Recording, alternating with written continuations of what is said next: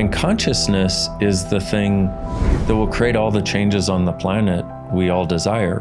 From more consciousness comes the ways of undoing plastic pollution, the ways of undoing nuclear waste, the ways of doing things more efficiently, all of these things. More consciousness is more awareness, and more awareness beyond judgment, which is where the possibilities and the miracles live. And so part of us getting there, though, is by having the willingness to have something different, asking for it, but then walking on a path which will expose to us the places where we are limiting ourselves by our own point of view.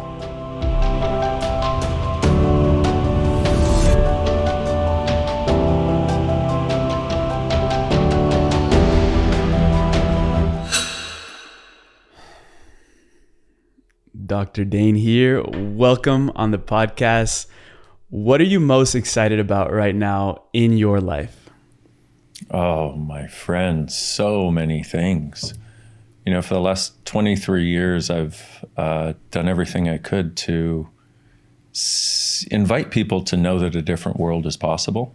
And people are starting to get it. People are starting to realize there's something different possible. And we don't have to live with the same crap that generations before us had.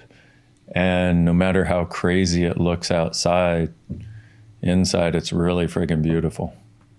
And if we start looking at an outside perspective, we sort of start seeing that humanity as a collective is at a point of choice. I know you've talked about the importance of choice and how it is on an individual level, but it seems like humanity as a collective being, as a collective species, is at a point of choice. And I wanted to ask you your view on it. How are we accessing more consciousness as a species? And what is the biggest choice we're making right now as a collective? Well, let me start with the last question. And my point of view is the biggest choice we're making is, are we going to create a conscious, sustainable future? Or are we going to erase ourselves off the planet?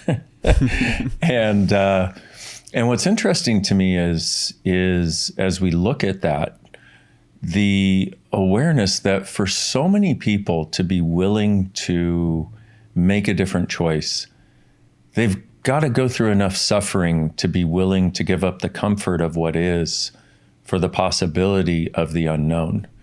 And my sense is people are actually getting there because they're looking and going, wait a minute, I bought into this whole pandemic thing. I bought into all the fear. I bought into all the control. I bought into all of this. Or there were a lot of us that were like, no, I'm not buying that, you know? And that was one of the interesting things to see with the people that I work with in Access Consciousness is they weren't buying it. They were like, wow, that's interesting. But as a human population, I think we're at a tipping point, as you're saying, where people are finally willing to, they've gone through enough suffering to say, hey, what can I do differently? What can I be differently? What other choices do I have? And what other choices do we have? And, you know, I do talk a lot about individual choice and the individual transformation, but we are a collective. What occurs for one of us on this planet occurs for all of us. We are in this thing together. There truly is oneness that exists if we'll allow it. Well, it exists and we can choose to acknowledge it or not. And so we're at a point also where sorry, my ADHD is often a factor in my conversation. I think I probably have that too, for sure. Yeah, I'm going to say probably definitely. And it's actually a gift, you know, a dynamic gift actually, but that perhaps is a story for another time. But see, the element of separation that we see in the world, there's so much division in so many people's worlds where, let's say, left and right are fighting for their particular point of view against the other side. And the people that are most distantly on those sides or most entrenched in those sides are yelling the loudest. And so we hear a lot of those voices, but my sense is everybody else is actually gravitating toward opening up to the awareness that, wow, I was trying to pick a side, but in actuality, both sides have value. Both sides have something to offer. And within that, what is true for me? And so worldwide, one of the things that I've noticed is when the voices of separation and division and hatred yell the loudest, that's when everybody else steps up and steps into their own awareness, their own search for their own knowing of what's true. And so don't be discouraged by the insanity that looks like it's out there. Be encouraged by what you can choose to live as your life, and recognize that the choice you make for how you live your life changes our world.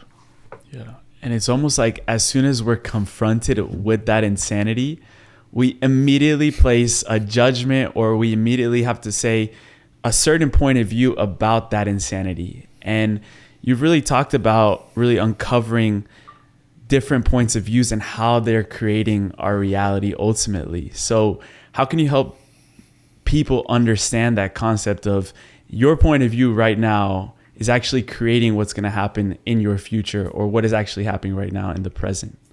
Yeah, well, 3 elements of that. Look and realize that the life you have right now is a sum total of the choices you have made up until this moment. And that's a bit of a, your brain kind of goes, but the life you have right now is a sum total of the choices you've made up until this moment. Well, given that, oh, by the way, one of the other elements of this is to recognize that what's true for you will always make you lighter. A lie for you will always make you heavier. And so what is lightness? Lightness is like that, where you can relax into it. It's that sense of space you get when you go out in nature and finally it feels like the weight of the world comes off of your shoulders and you start seeing all the shades of green and hearing the birds and enjoying the insects instead of being terrified of them, that sort of thing. So what's true for us always makes us lighter. So we have an internal compass that we've just never been taught to use. In fact, we've been taught to go against it, but we can use that for everything. So if something I say or anybody else says if it makes you lighter, it'll have a sense of giving your world more space, more sense of ease and presence for you. And that's what's true for you. A lie will always make you heavier. And so if you're having a conversation with somebody or, browsing the internet and, the clickbait title comes up on something and you click and you start getting heavy, it's because whatever the heck they're saying, whatever the heck they're talking about is not true for you. Acknowledge that and move on. Don't keep reading something that's not true for you. Don't keep engaging with something that's not true for you if you have a different choice. And so if we recognize then that our life is a sum total of the choices we made up until now, if we desire a different future, well, how do we get there? Well, let's make different choices. It's pretty simple on the one hand. The difficulty is we're so entrenched in the comfort of the choices we know, even when they lead to our suffering. Because we'd rather have the suffering we know. Most people would rather have the suffering they know because it's predictable. Because if they make a choice where they haven't already predicted the outcome, it could be even worse than the suffering they had before, is a point of view that a lot of people function from without even realizing it. And one of the things I do is I put words to things that people have been living that they didn't even realize. And sometimes it feels like a sledgehammer between the eyes where you go, doing, you hear your bell get rung. You're like, what? I didn't hear you.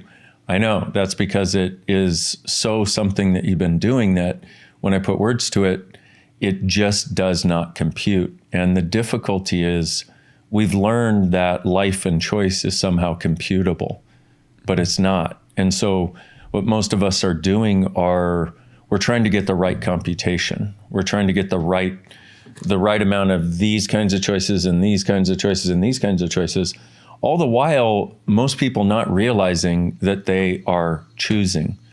Because people think choice is cognitive. I am going to do this now, and they have to say it out loud. That's not choice. That's one form of choice, but it's the base form of choice, the basest form of choice, I should say. Choice is all those energetic interactions you have with things, and whether you decide to lower your walls and barriers and engage and interact with it, or whether you decide to put up a wall and barrier and avoid it or resist it or defend against it. Even the choice to, I need to defend against this person or their point of view, that's a choice. You have another choice. You could lower your walls and barriers and go, interesting point of view, you have this point of view. And why does this have anything to do with me? This is your point of view. This is your life. And in honoring that, we also start to recognize that a lot of the things that we've made personal have nothing to do with us. In fact, almost everything. We'll have somebody say something. I mean, have you ever had somebody you really care about, they're having a really crappy day, so they're really crappy to you, and you're like, what did I do? And they're, if you get behind the scenes, you're like, excuse me, what did I do to deserve that? And they're like, oh man, I'm so sorry. It's not you, it's me. Well, it's always not you. And I mean, unless we're directly doing something at someone or to someone. So part of recognizing we have choice is to go beyond making other people's choices personal, because they're not. They have an entire life up until the moment they interacted with you that you weren't privy to. You have no idea what's going on for them. And that's as it should be, because it's their life. So don't make what other people are doing, even when they try to make it about you, don't buy it. And now what that leads us to then is an element of being able to no longer just navigate our lives from other people's points of view. Because what most people do is they try to triangulate based on this person feels this way about this choice, this person feels this way about this person, and we somehow inherently know it all. It's like it's all there in our heads, and we just are trying to navigate between the landmines and the barriers and the walls and the points of view, trying not to invoke somebody's judgment, rather than what would I like to choose? And one of the things that can be really helpful is there's a lot of things. We could talk for hours on just this one topic, because there's so many aspects to it. But one of the things I like to ask people in the classes I facilitate is, okay, so if everybody in your life died today, who would you hire back tomorrow? Those are the people that are a contribution to you. Yeah. And now everybody's a contribution to a greater or lesser extent. There was a sign my grandfather used to tell me about. There was a bar that he went into, and they had a sign, everyone brings happiness to this place. Some when they enter and some when they leave. And, and it's in this, if we can recognize that even people's judgment can be a contribution. Yeah. But what most of us do, one of the ways we limit our choices is by making their judgments valuable, by making their judgments relevant. No, it's just judgment. And one of the tools that can help is utilizing the famous Russian, Justin Ipov, which is where no matter what somebody says, no matter what somebody thinks at you, no matter what somebody judges you for, it's just an interesting point of view. Yes. It's just an interesting point of view, and it's their point of view. It has nothing to do with you. And you can actually use this, like if you have an upset in your world that's still there, because the interesting thing is we walk through this world and we get triggered by things, and we don't know what to do about it. That's where access consciousness comes in. We've got over 8,000 tools and ways of looking at things that are about, when you notice yourself getting heavy, let's change it. Because the more moments of lightness that you experience in your life, the lighter your future gets. The more things that you choose that are light for you, which are actually true for you, the lighter your future gets. And this is about an awareness that we may not be able to change the past, although we can in a certain way, which we may or may not get to depending on where we go to today. And we may not be able to change the present, but we can sure as hell change the future. But we're going to need some inspiration. We're going to need some tools to do it, because we can't just say, oh, I'd like something different. That's the beginning. But then you have to start choosing differently. And the more we start choosing from, does this make me lighter? An interesting point of view, like if you have an upset in your world, you know, we all know that energy that sits in our guts like concrete, you know? And if you do, so everybody, can we try something, Emilio? Let's do it. Okay, cool. So everybody listening, watching, if you would, get an upset that you've had in your world with somebody. It's still there and you're kind of stuck by it. Now, what I'd like you to do is lower your walls and barriers. And I say that a lot. People experience that differently. But what I notice is most people sort of walk around in a little energetic bubble that keeps people out. And unfortunately, what we're really doing with that, because we're infinite beings, is we're keeping ourselves in. Okay? And it becomes a recipe for making ourselves smaller. Therefore, we try to avoid many things rather than be present with them and look them in the eyes. And this is about getting present and looking it in the eyes and using your capacity to change. So instead of avoiding it, lower your walls and barriers, even if it's really ugly and really yuck, you know, because some people create that in our world. Some people have that in their worlds and we're aware of it. And now get whatever upset is there and just say to it, interesting point of view. I have this point of view. Cool. Now, usually it shifts a little bit. So to whatever energy is still there. Interesting point of view. I have this point of view. And another shift. And again, to whatever's there. Interesting point of view. I have this point of view. And usually within about 3 times, you start to notice more lightness around this thing. Because what you've just done is you've made a choice to no longer avoid that, to be present with it, even if it's yuck. And let's face it, there's a lot of yuck in the world. And so even if it's yuck, you are there being present with it rather than avoiding it, because the only time we create a difficulty in our lives is when we're avoiding looking at something or avoiding being present with it. Because of necessity, we have to stop being present as us. You know, and one of the great gifts of things like meditation of all forms is you get more present. Well, I'm a big fan of being present in my whole life. I'm a big fan of my whole life being a walking, talking meditation. Yes. Yeah. So use this tool. Interesting point of view. I have this point of view, and it's point of view. And even though every time I go to do voice to text, Siri says point of you. I'm like, no, point of view. How many times do I have to correct this? And then in that moment, I think it's very ironic and entertaining because I have to go, okay, interesting point of view. I have this point of view about her thinking it's point of view. You know, like, okay, cool. I see, universe. You got a sense of humor. Thank you so much. It's so interesting because almost when I say that, I realize how much of a grasp I had been holding on that situation of how it had to be that way, or why did it have to turn out like this. And when you say it's interesting, like interesting for me, it's a word that just, it arises curiosity. Like, oh, that's such an interesting flower right there. So it's like a curious mind. And one of the most important things I think of this work with access consciousness is living in the question and not expecting a direct intellectual answer. I'm a person who at many times I can be very much in my head, very much in my intellect. And this is a work that it drops you right into your body. So how would you describe this experience of going from the intellect to now being more in your body so that you can feel when something is light, so when you can feel when something is heavy? What does that transition from your head to your body look like? Because many people might feel disconnected from their body right now.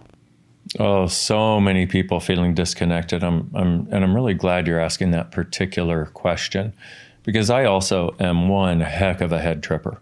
You know, it's like, you know, this thing is going all the time, or used to, and it used to that sort of mental point of view would be going and it created a sense of disconnection from being present. Like it was, I don't know what it was doing, but it was having a point of view about everything, And like you said, access consciousness is about living in the question. And a question like, what else is possible that I've never considered, opens up a different door. How does it get any better than this? Whenever something good or bad happens, what's right about this I'm not getting? What's right about me I'm not getting?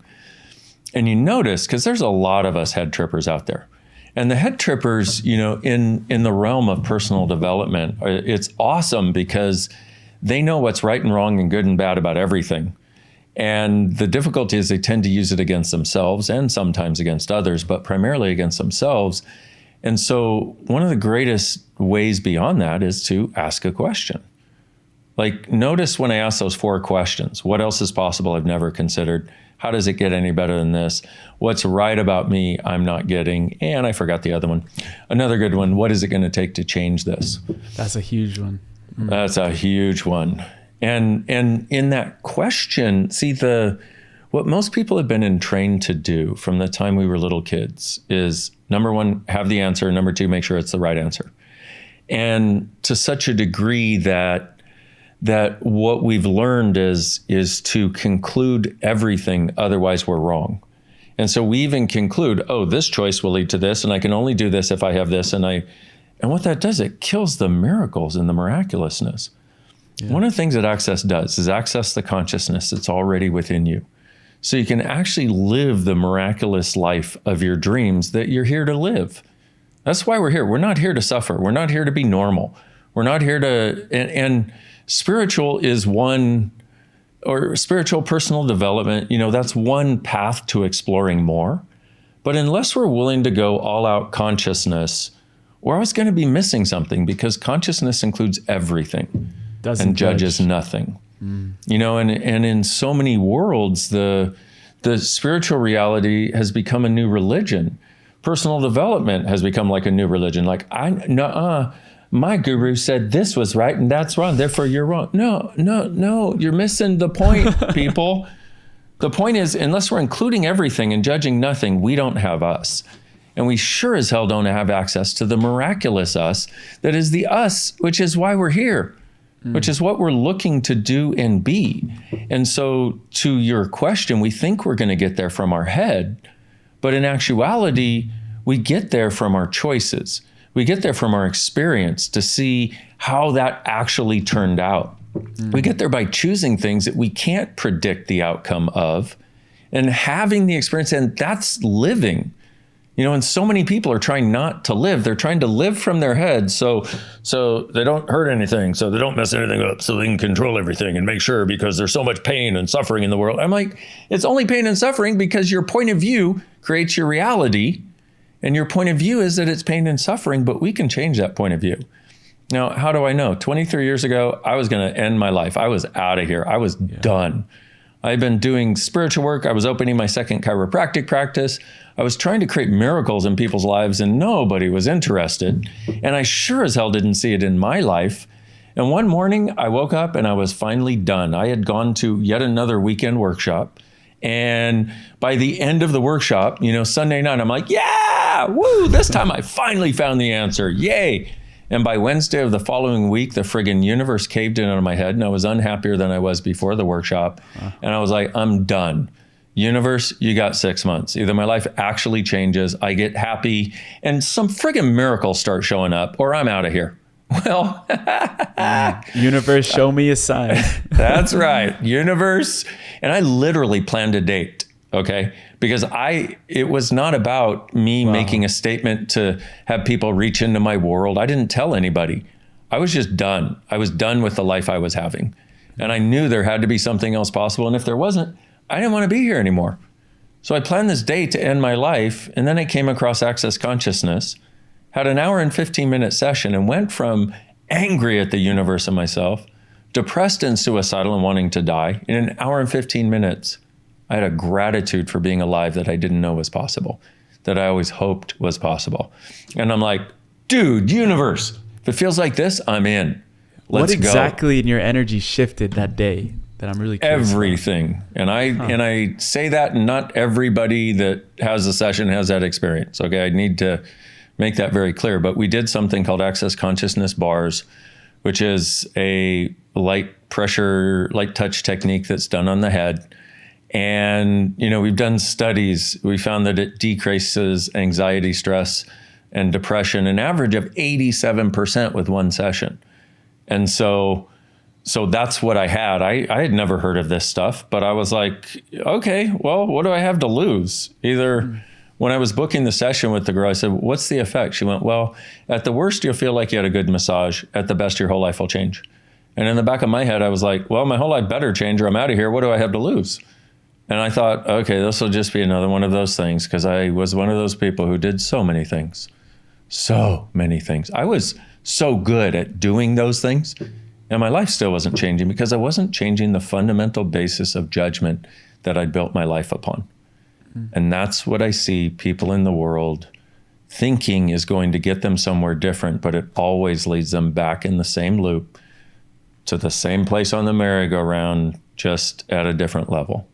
And so what this is about is a different set of choices, but they're not predetermined. It's about us tapping into our own knowing finally, and following that knowing, but also having tools to change things in the trenches of life when shit just sucks and you don't know what to do, or when you want to create something and you have no idea how, or when you know miracles are possible but nobody's ever shown you. It's about that. It's about us living from a totally different space that nobody else has ever experienced before. But we can actually be the ones that chart the course, but not from that, come on, everybody, you need to go. For us, as us. And because the only thing that truly changes our world, the only thing that makes other people desire more, is seeing somebody who has the more that they would like, seeing somebody actually living it. Because until you... The experience. Yeah. Because until you see somebody living it, you hope for it. But if you don't see anybody who has it or is willing to be it, if you don't see anybody who's willing to walk through the pandemic happy, you don't know it's possible. But when you see people making jokes, being happy anyway, saying, yeah, you can try to get me down, but I'm not going, do whatever you need to. Do you, that's fine. But I'm actually having fun being me. I'm going to acknowledge everything going on for everybody, no problem, but I'm not going to let it swallow me up in the cesspool.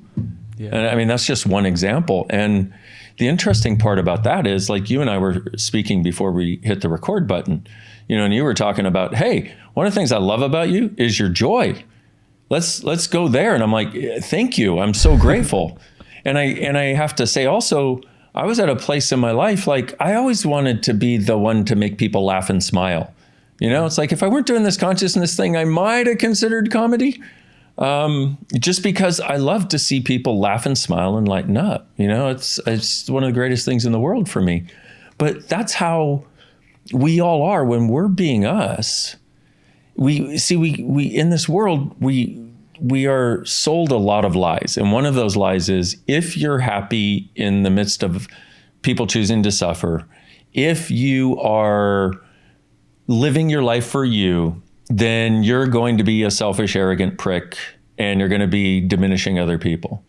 That's not actually true. Somebody who's a selfish, arrogant prick is not somebody who has a sense of themselves. They're somebody who specifically does not, which is why they're that way.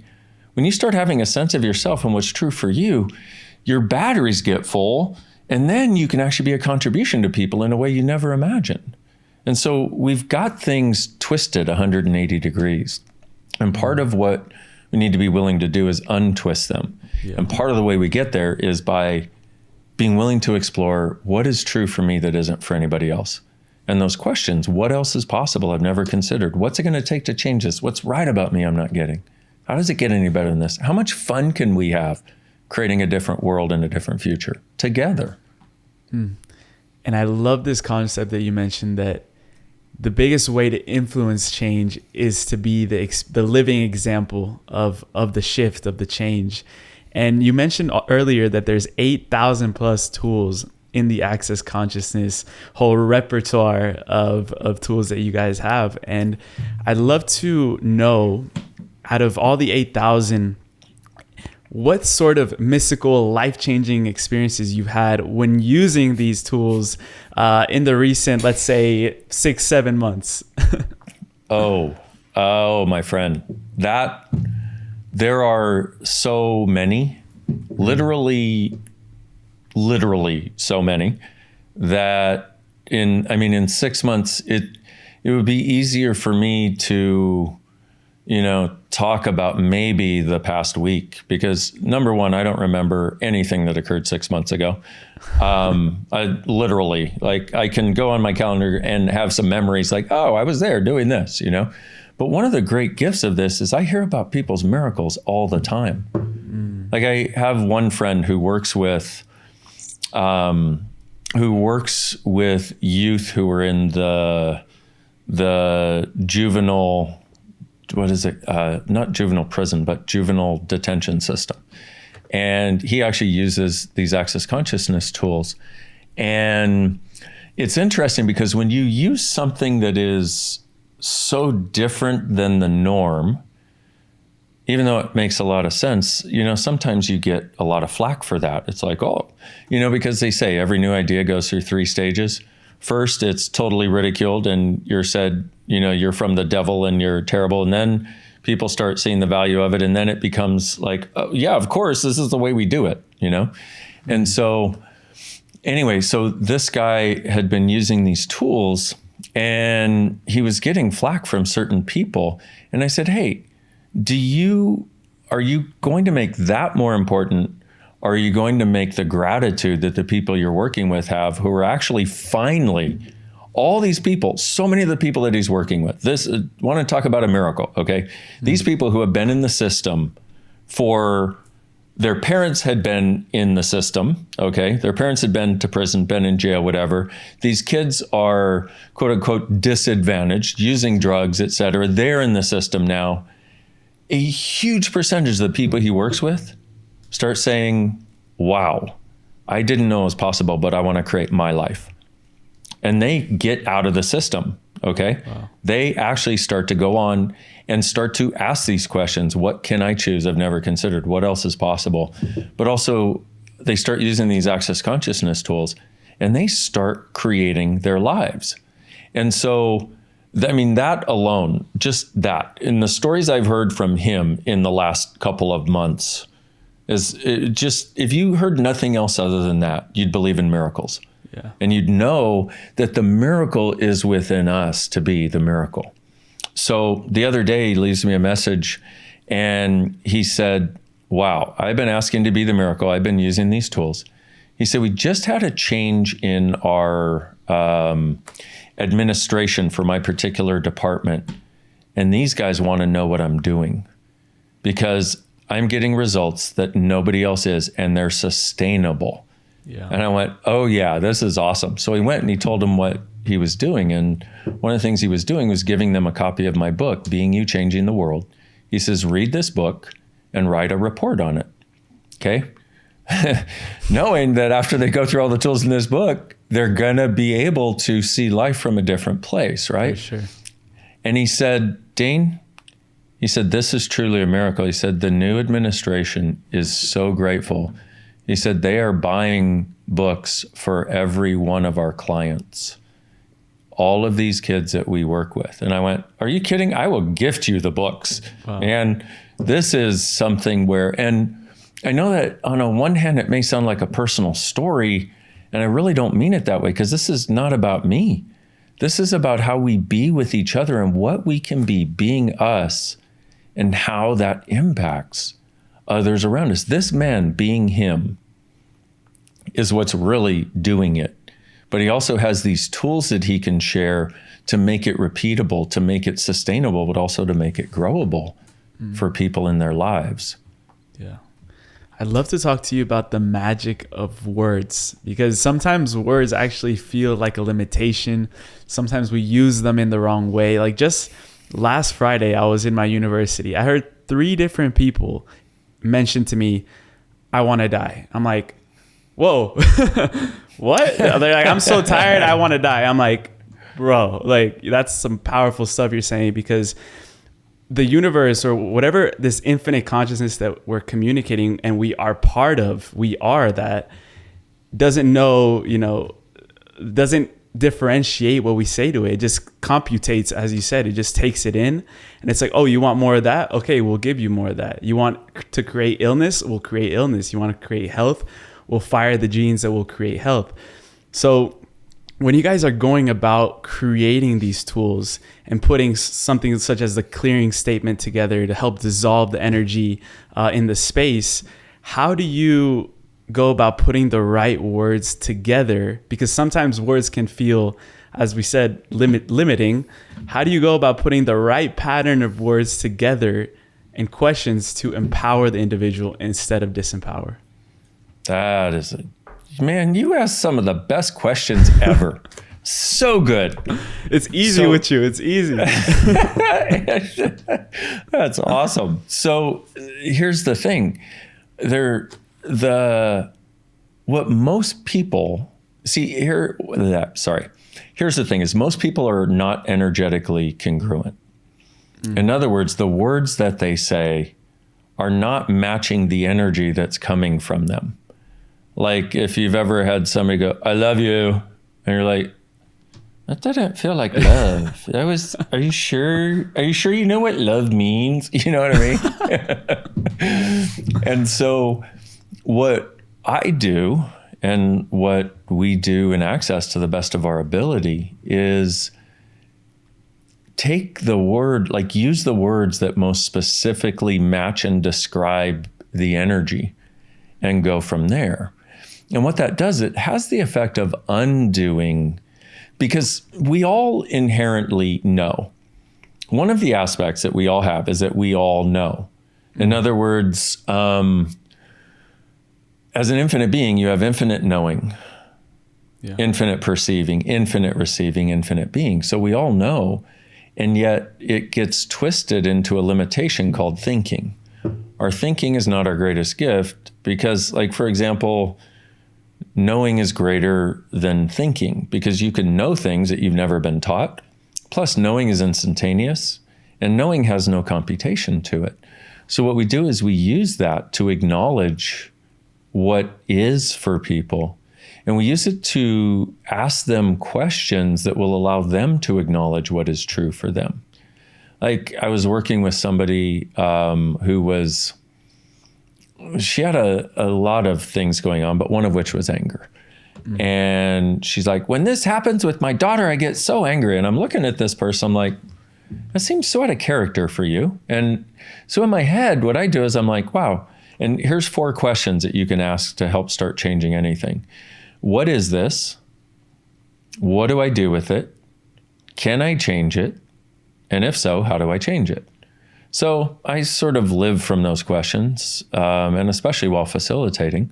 So she was talking to me about this, asking for help. And I looked at her and went, question, who are you being when you do that? And she went, oh my God, my mom. And I was like, whoa, okay, gotcha. He was channeling your mom. Yeah. And we used the clearing statement to start to change it. But what was interesting is to realize how many of the behaviors that we function from are not actually ours. We learn to duplicate our mommy and our daddy and all of their energetic points of view, not just the things they say, we do that too, but far more do we pick up on the subtle energy of sort of the structure of their reality and their points of view, mommy and daddy, and then we become some weird conglomeration of it. And so we're kind of them. You know, by the age of 2, by the time we can start talking, we've already absorbed basically their energetic views on the world, on everything, without even realizing it. And then we live from that and not that for a while, and then we become teenagers, and we're like, which is why the teenagers that resist and react do it, because they've already become their parents. Trying to fight against their parents is the only way to try to have them. And we see this a lot in people's lives, that they think the only way to have them is to fight against somebody else, but fighting against somebody else is not necessarily choosing for you. So in asking her, hey, who are you being? It was a wonderful opening in her world, because she had never considered that she's being exactly with her daughter the way her mom was with her. And so I said, okay, will you destroy and uncreate that? In other words, will you make the choice to undo wherever and whenever you chose that? Because we're not going to get there cognitively. We've accessed the energetics of it, but this is where choice comes in. Will you make the choice to let that go? And she said, yes. And I ran the clearing statement, and you could feel her world lighten. And I said, okay, think of not only her world, but everybody else in the room who was doing something similar. And it was interesting to be able to perceive that dynamically. And then I said, okay, so think about your daughter. And she got tears in her eyes. She's like, oh, man. She's like, she's actually as kind and caring, as powerful and as brilliant as I was, that my mom could not have. And she's like, you know what? I'm going to be different now. I'm actually going to acknowledge that in her. I'm going to tell her every day how grateful I am for her. I'm going to tell her what I see in her that's great about her. And I'm going to stop trying to expect her to be perfect as though that means I'm being a good mom. And this, this is how, in moving forward into more awareness and more consciousness, and consciousness is the thing that will create all the changes on the planet we all desire. From more consciousness comes the ways of undoing plastic pollution, the ways of undoing nuclear waste, the ways of doing things more efficiently, all of these things. More consciousness is more awareness, and more awareness beyond judgment, which is where the possibilities and the miracles live. And so part of us getting there, though, is by having the willingness to have something different, asking for it, but then walking on a path which will expose to us the places where we are limiting ourselves by our own point of view, like this lady was doing with regard to her daughter. And you could imagine that every time she was that way with her daughter, it reactivated all the crap that her mom put on her. And her mom was doing the best job her mom could do with the tools she had available. She just didn't have any tools. It was a different time. That's why I'm such a big proponent, a big fan of giving people tools, because for those that desire a different choice, having a different perspective and a tool to use to actually get there is one of the most amazing gifts that we can have. So you can imagine just this one lady living differently with her daughter. And did she do it perfectly? No. Did she go to, do the same thing again and have to catch herself and go, oh man, pock and pot all that, which is part of the clearing statement? Yeah, but that's okay. At least she has something now. And if you look at just the lightness in that one woman's world, because her daughter's with her all the time, or a lot of the time, right? So the lightness in just that one person's world, get the ripples in that. Her no longer being this way with her daughter. She's no longer in judgment of herself. She set herself free from her mom while setting her daughter free from her, while setting them both free. So now there's more lightness in the household, which is going to affect dad and the brother, okay? Which is going to affect when they go out into the world. Are they going to be heavier and crankier? Are they going to be lighter and actually looking for possibilities? And also the fact that this thing is able to change, which had been a big thing in the family for everybody because everybody can perceive it, lets them know that shit can change. We have the capacity to change things. We just need to figure out where we're being unconscious and make a different choice, use a tool maybe to undo where we lock that in. And you see one person literally changes the space of the world. Yeah. And that part of the clearing statement of the boys, the Shores boys and beyonds, is you explain it as sort of there's these like an onion. So we have layers, energetic layers to us. So when we're releasing something from our energy field, what new possibilities can we allow in when we truly get to the core, which is who we are? And it's magic. It's a miracle, as you said. Shifting gears for a moment, I wanted to ask you, who are the X-Men? As you said, the mutation of the species to help us function in a higher order. X-Men, us, and most of the people listening or watching. And we started talking about it in the realm of those with ADD, ADHD, OCD, and autism are actually the X-Men. They're the mutation of the species to a higher order of function.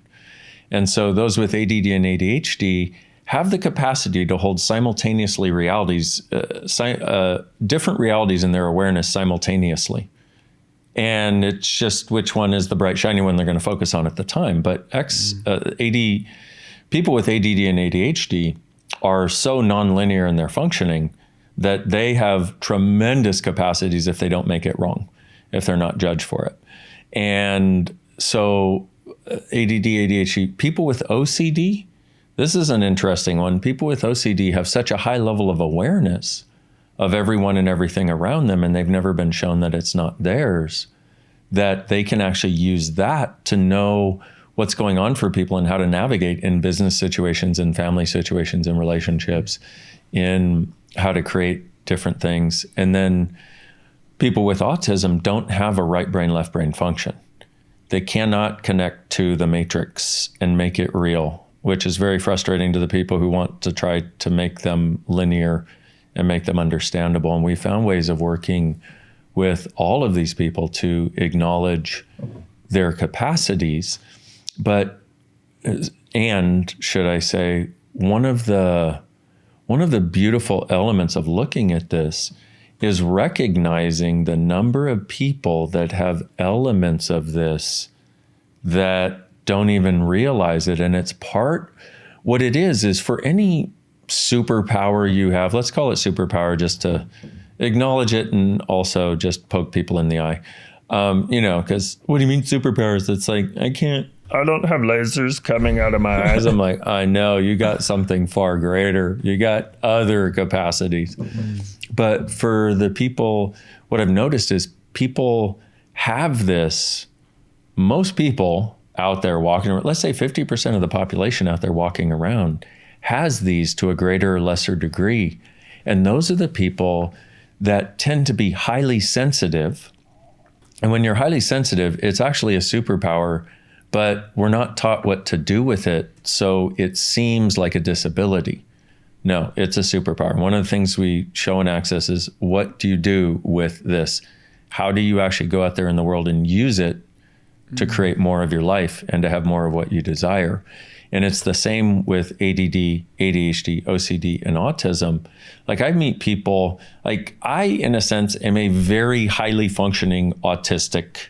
Like, I have these autistic tendencies and capacities, like, I don't really like looking people in the eye when we're in person. And why does an autistic person not like looking people in the eyes? Well, they've got such a high level of awareness of what is going on for the person that they can't figure out, but they can also perceive all the places the person isn't looking at what's going on for them. So it creates this cognitive dissonance. It's like, whoa, once again, a level of sensitivity. And I meet a lot of people who have elements of this that when they start to acknowledge it and start to acknowledge it's not a wrongness. And one of the things that we say in Access is, what if everything you thought was a wrongness of you is actually a strongness of you? And I have so found this to be true. And it's not just a phrase, it's an acknowledgement. It's an acknowledgement of what is. And so the recognition is that all those of us that desire more consciousness, and before this, you may have thought, oh, my eyes are open, I'm conscious. I don't need more consciousness. Well, more consciousness is that space of awareness beyond judgment, beyond right, beyond wrong, beyond good, beyond bad. Beyond that is the criterion for what's choosable and possible. And also beyond what has been, as though that is the only source for what can be. And so those of us interested in consciousness, I've seen way more often than not, are actually the X-Men who have these different ways of looking at things, these different capacities, these different awarenesses, that when they learn to use them, start creating things on a totally different level than they knew was possible, but than anybody else sees also. Yeah, it's beautiful because I'm highly a fan of all those superhero movies and the X-Men and Marvel. And one of the things I'm fascinated the most with is that a lot of people, as we're going through this evolution of consciousness, they're tapping into more higher level functioning, such as psychic abilities. People are beginning to channel more. People are beginning to remote view. There's a lot of different abilities that are unlocking, and we've talked a lot about that on this show. Where do you see that headed in the future of people tapping into more of these abilities? And what type of world are we creating when more people become psychic, as you said? Well, I'm going to put it this way. We're all psychic. We just don't acknowledge it. And if we actually get there, then it will be very tough for anybody to lie to us, including world leaders, politicians, etc. And my sense is we will start demanding energetically, not from fight against, but asking for, demanding statesmen to show up in our world rather than politicians. Whereas statesmen are those that are actually have everyone's best interest at heart. And my sense also is, and we've been talking about this forever, about how miraculous we are. But the encouraging thing to me is to see how much people are finally willing to hear that and start exploring that. Because it's not just, we've seen so many books and heard so many stories of so many people who, I died and then I woke up and I'm a miracle with everything. And you're like, okay, I think that's awesome. Great acknowledgement that that's possible, but that's not the way it's going to occur for the vast majority of us. The vast majority of us are going to go, oh, this sounds awesome. I'm going to have that. And then something will present itself to you where you can change a little bit of your stupidity. And when I say stupidity, I mean something we all have, because to not know how miraculous you are, you have to make yourself stupid. So we'll change a little bit of our stupidity, a little bit of our limitation. And you notice when I say that, that's not a judgment. That's a fun poke at us being stupid, because we're all stupid sometimes, But the more fun we can have and the more fun we can poke at our limitations, the easier it gets to get to the miracles that we are. And the other thing that we need to change, though, is defining what a miracle is. It's like, I'm miraculous if this. Oh, I only know I'm miraculous only if this. Because what happens for certain people is they start exploring, going on this road of, wow, this sounds like a way more fun way to live. And they start creating things, like parking spaces or people calling them, and they start becoming aware of it and, that sort of thing. And yet they have the assumption that it must continuously become what they call a bigger miracle for them to really be getting miracles. So I have a suggestion for everybody. Start a miracle list on your phone. And I used to say start a gratitude list, and everybody in the world talks about a gratitude list because it works, which is awesome. But I found that a miracle list is way awesomer in that every little miracle, everything that's miraculous. Like I have some messages that I receive, because I'm in threads where hundreds of threads with thousands of people and get thousands of emails and messages, et cetera, et cetera, et cetera. And there are so many of them. I put the person's name and the date because it's a miracle what they tell me has changed. I'm like, this is awesome. And what I want to do, and what I do is I go through and celebrate, and in just writing it down. And once again, it sounds like I'm talking about me, but I'm just trying to give you an energetic example. Like you get a message of somebody who's totally grateful for you, write it on your miracle list. Like maybe you got a free coffee, or maybe you got a discount, or maybe you got something for free. Write it on your miracle list. And people are like, that's not a miracle. I'm like, actually it is. And not only that, but you start to get enthused because you realize, because a truly miraculous life is not made up of big miracle, one big miracle, or big miracle after big miracle. It's made up of thousands of tiny little miracles. And you've got a choice. Okay, this thing occurred. Like, for example, I have a white peacock who I'm surprised he hasn't been saying hi today. He's probably out visiting with the ladies out in the other yards in the neighborhood. He tends to like to do that. He's a peacock after all, got to show his feathers to somebody. But oftentimes he'll come up and be like, yeah! And like he does. And there's certain times where he's just like, where he comes up just when I need the input, And I'm like, and I named him Zazzle. I'm like, Zazzle. It's going on my miracle list, And see, this happened, right? My peacock come, and who gets to say I have a white peacock? But anyway. And he comes up, and just the right moment, I write that on my miracle list. Why? Because, that happened. I've got a choice. I can go, oh yeah, there he is again. Or, oh, hey, good to see you. Or dude, thanks for being the miracle I needed in this moment. What does that change in my life? What does that change in what energy I get to be? And so doing this miracle list for every tiny miracle is one of the greatest gifts you can give yourself. And I can totally understand how cheesy it may sound to people. And, I would have thought that before too. And I'm like, wow, it is so cool. And that is, if you tap into that energy, that is the beginning of us. Because if you look at it, miracles sort of have a wavelength, but it's not just one wavelength, but they've got a particular vibe, Yeah. And most of us are trying to duplicate that vibe mentally, but it's not a mental vibe. It's a being vibe. And when you're vibing more with the miracles, it's got more of a sense of the miraculousness of everything. And that's when ask and you shall receive becomes way easier to actualize and get to.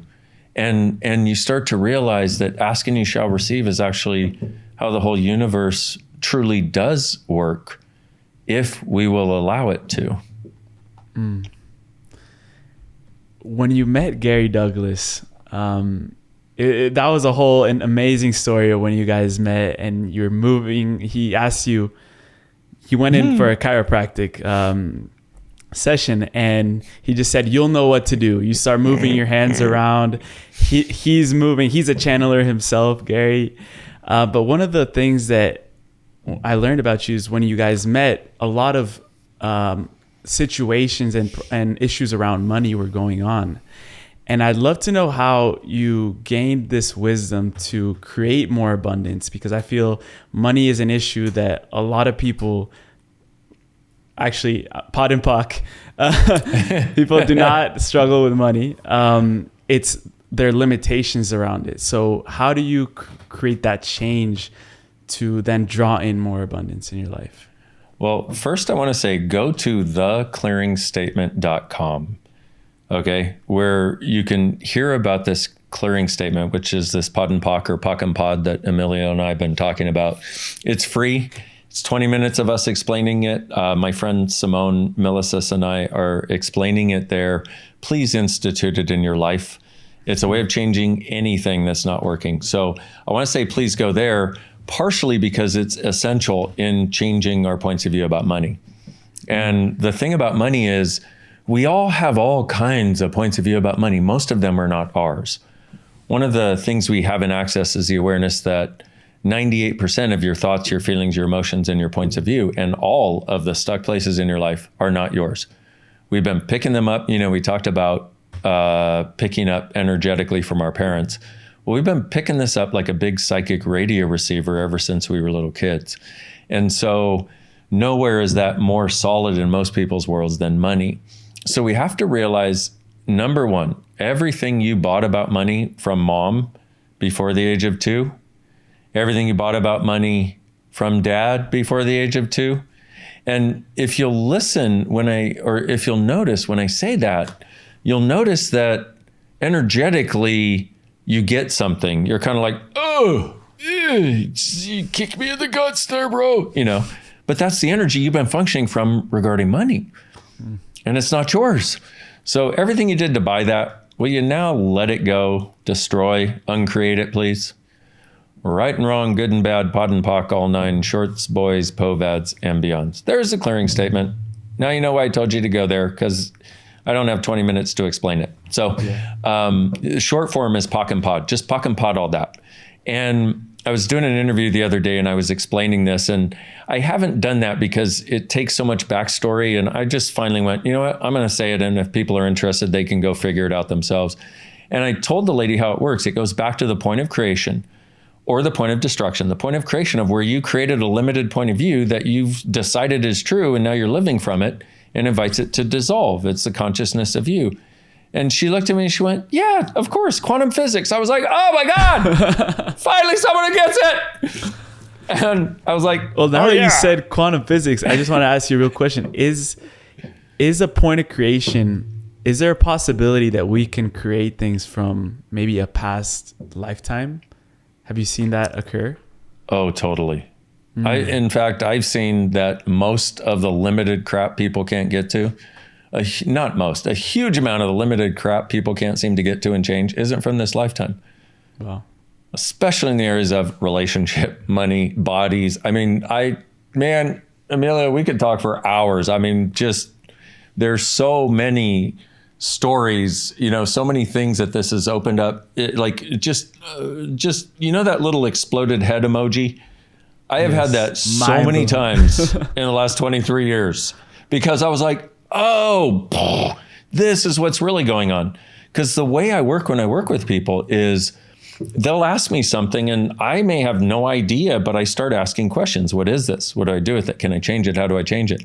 I ask them questions, and whatever's lighter, I'm like, okay, well, let's keep following this. And then we'll use the clearing statement to change the stuck things that come up.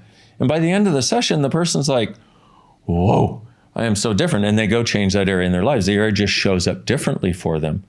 And so, but in that exploration, that open-ended exploration, the thing of, like, for example, limitations from past lives, implanted points of view, so many of these things that I never knew existed are what set the person free, which is why I was like, okay, well, I guess even though I feel like it's time for the little men in white coats to come take me away, apparently we're onto something because it's actually creating the change. So we were talking about money. Money, more than anything else, is a function of what you're willing to receive or not receive. Every judgment we have of anything or anyone, including ourselves, limits our receiving. So if we're gonna break money down into a couple of things, one is getting over all the points of view you bought about money and it being bad or it being good, it being right, it being wrong, and also all the points of view you bought about what it's going to take to create it, who you'd have to be and not be if you had it, who you would gain if you had it, who you would lose if you had it, because that's one of the biggest ones. Because whether we know it or not, the people we feel comfortable around more than almost anything else, unless it's family status, is financial status. And if you'll notice, most people have a similar financial status to their family. And those that don't, those who have far exceeded it, tend to get made wrong by their family. Like their family's like, you just don't love us. You don't get us anymore. You're one of those people. And that is something we will avoid rather than creating what it is we desire to create. And so these are all things that we can address, but it's probably, I want to put that out there so people can sort of let it play in their world and do their own personal research, because each of us has our own points of view that we can change. But as we change those points of view, the tunnel vision toward no money starts to open up into, oh, it comes way different than I thought it would. Money is totally different than what most of us think it is. It's a willingness to receive. And also, though, a willingness to receive to such a degree that we would be judged by others. Because once again, we're comfortable with the judgments we're getting now for the amount of money we have or don't have. We know what that's like. We don't know what it would be like to be judged for having too much money. And I just started a money class, and my first question to them was, okay, what would happen if you had too much money? And you would not believe the answers that came up. And I'm like, okay, who would you have to be to have too much money? And all this stuff came up, including, no, I wouldn't be spiritual and all this. And I'm like, yeah, that's why I'm interested in consciousness. Consciousness includes everything and judges nothing. Primarily, also, one of the questions I ask people, because a lot of people that are listening to this are struggling with money. Now, how do I know that? Because I used to be one of them. So I totally get it. And please know, none of this is a judgment at all. This is an acknowledgement that we have been creating this with the points of view we have adopted. We can change our points of view if we're willing to be different tomorrow than we were yesterday. And we are fully capable of doing this if we'll choose. But the one thing I like to ask people is, can you change the world more with money or without money? With money, with a lot. With money. And it's easier and more fun. So what if money's not the evil that we have been taught to believe it is, so that only the evil people will have lots of money? Why don't we flip that shit 180 degrees? And by the way, the whole idea of evil is another point of view. For me, the only evil is when you disempower somebody and take away their choice. but that's a story for another time. But why is it that we, in our point of view, that only evil people have money, or that money is evil, we then see quote unquote evil people who have all kinds of money? It's like, well, okay, number one, what if we don't have to fight against any of that? But number two, what if everything we've been taught is evil about us is actually our greatness and our light? What if we've been lied to, and what if we've been lying to ourselves? And what if now is the time and now is the space to open to the awareness of how truly great, how truly phenomenal, how truly miraculous we are, and to choose the consciousness of us beyond all these fixed points of view. So everything that doesn't allow that and doesn't allow y'all to perceive it, know it, receive it, and be it, if you choose, your choice, kids, your choice, your life. Right and wrong, good and bad, pot and pock, all nine, shorts, boys, povads, and beyonds. We're constantly choosing. We live in a free will universe, which we sometimes forget. And yeah. And Dain, I completely loved this conversation. I would continue to talk to you for hours, but I know I want to respect your time. We finish off every podcast with a final trio, really rapid fire questions that you can answer in any way that you want. And if that sounds good, I would love to just also share with people where they can find you, where they can get these tools, where to connect with you online. Where would you send people for that? drdainheer.com. And if you need a pick me up in your world, you can go to beingyoubook.com, and there's there's a Being You app on the App Store. Access Consciousness, Being You, or Dr. Dain Heer, Being You, Changing the World. Go get that sucker. Yes. It's free. There's all kinds of videos. There's all kinds of resources. There's so much stuff there. And I keep forgetting about it. Anyway, you know how you launch something, you're so excited for about 3 weeks, and then you're on to creating something else? Well, that's me. So it launched several months ago. And, but yeah, go check that out, or go to the website. There's so much free stuff, and just check it out. And if you want to play, please. Your play, your joy, your sense of ease and enjoying your life is a gift to this world. So why not choose it? Yes, we'll link all that in. And now for the final trio, the first two questions are personalized to the guest, and the last one we ask at the end of every single show. The first one is, what was the last greatest miracle in your life? Oh my goodness. The last greatest miracle is something I don't have words for, but it actually occurred this morning. And how do you explain feeling like a huge number of the secrets of the universe you hadn't figured out actually just got downloaded to you? And like, I have no words. But let's just say the way whatever this is showed up for me, and it's on my miracle list, is this sense of connection and communion with everything. Like, no need to resist anyone. The mean people, the nice people, the plants. I mean, you see my backyard, it's like, oh man, just a sense of an even deeper, more wonderful sense of oneness. Wow. Sorry, that was such a long answer. Very tough to describe. But a lot of people actually suddenly have those, Satori moments where they awaken. We recently had Richard Rudd, the creator and channel for the Gene Keys, this huge body of wisdom. He went through a 3-day, 3-night sort of awakening moment where he just felt connected and could download and access all questions of the universe that he had. So it's completely possible for anyone to be able to access consciousness. That's what it's all about, baby. The second question we have for you today, for the final trio, is, what does living in total sexualness mean to you? Well, sexualness is healing, caring, nurturing, joyful, generative, expansive, creative, and orgasmic energy. And notice nowhere in there is the word copulation. Copulation is putting the body parts together. And that's where things get confusing for a lot of people. Total sexualness is something that you have with your body and your interaction with every molecule around.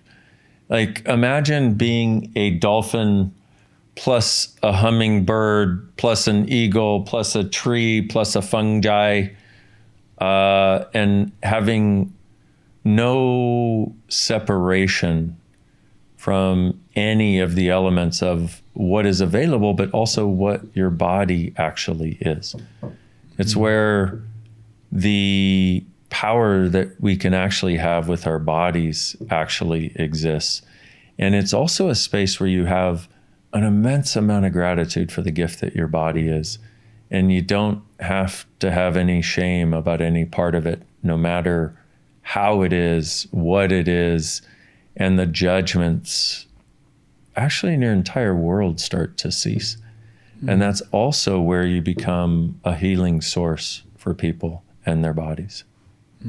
Completely different than living in our heads all the time. Yeah, exactly. So for the last question, Dr. Dain, we have to travel a little bit out into the future for this question. We call it the time capsule question. And essentially, we're out 15, 20, 25 years into the future where young generations will then be in leadership positions. And you're given the opportunity to fill a time capsule. This is a energetic time capsule. It's not an actual physical one because you can fit in anything that you want in there. But you were asked to put in all the tools, wisdom, frequency, anything essential that you would want the next generation of leaders to open up and be able to grasp all those tools that you've left behind as a legacy and lead the new world forward. What would you include in this time capsule? Well, I would include every single tool that we have in Access Consciousness and how to use them. But what that would open up in somebody's awareness is, what I would actually include if I could is anything that contributes to more consciousness. And I don't believe Access Consciousness has the answer. That would be going directly against everything I believe, which is consciousness is where everything exists and nothing is judged. What I would do is anything that contributes anything to their ability to know themselves better, to truly choose consciousness, not the right and wrong thing that most people say is consciousness that isn't. And to actually have the awareness that we together can create a sustainable future. But what I would like is for that time capsule to be open now, because unless we start making some different choices, we're not going to get to a sustainable future in 25 to 50 years. Mm-hmm. And the other thing I'd like to do is, if I could now, today's generation, I would like to invite them to know that what they have been taught by their parents may not be who they truly are, nor the only choices available, and that their parents, in trying to make up for the wrongs of previous generations, may not have truly acknowledged what a gift these kids can be if they actually start to put their attention on being present in the way that they can and actually using their energy to create rather than try to check out and never confront anything. Because we got some brilliant young people and some of them know it. And there are a lot of them that have been lulled into the idea that they don't have to do anything and everything will be handed to them and taken care of. And some of those people are so brilliant, they just have been taught that they shouldn't be that actively engaged in their lives. But if they choose to actively engage in their lives, these people will create miracles. Powerful, powerful stuff. And the last part, right before they open the time capsule, and this is perfect for you, there is a question on the cover of the time capsule, and you can leave behind any sort of contemplative, inspirational question for whoever opens this time capsule in the future. I'm going to have a couple. What else is possible that we've never considered? and what can we be and choose that will actualize it. And if it is our birthright to create the future, what can we now be to actualize that as our reality? Dr. Dain, you are an inspirational humanoid. I love this conversation, brother. Thank you for showing up so authentically in your play, in your humor, in just the way that you are in this world, and bringing so much wisdom down, channeling basically a lot of stuff that humanity needs to hear. I'm really grateful and humbled to have had the chance to chat. I would love to do this again. I look forward to it. I thank you also, Emilio. This has been an honor and a pleasure. Thank you, brother.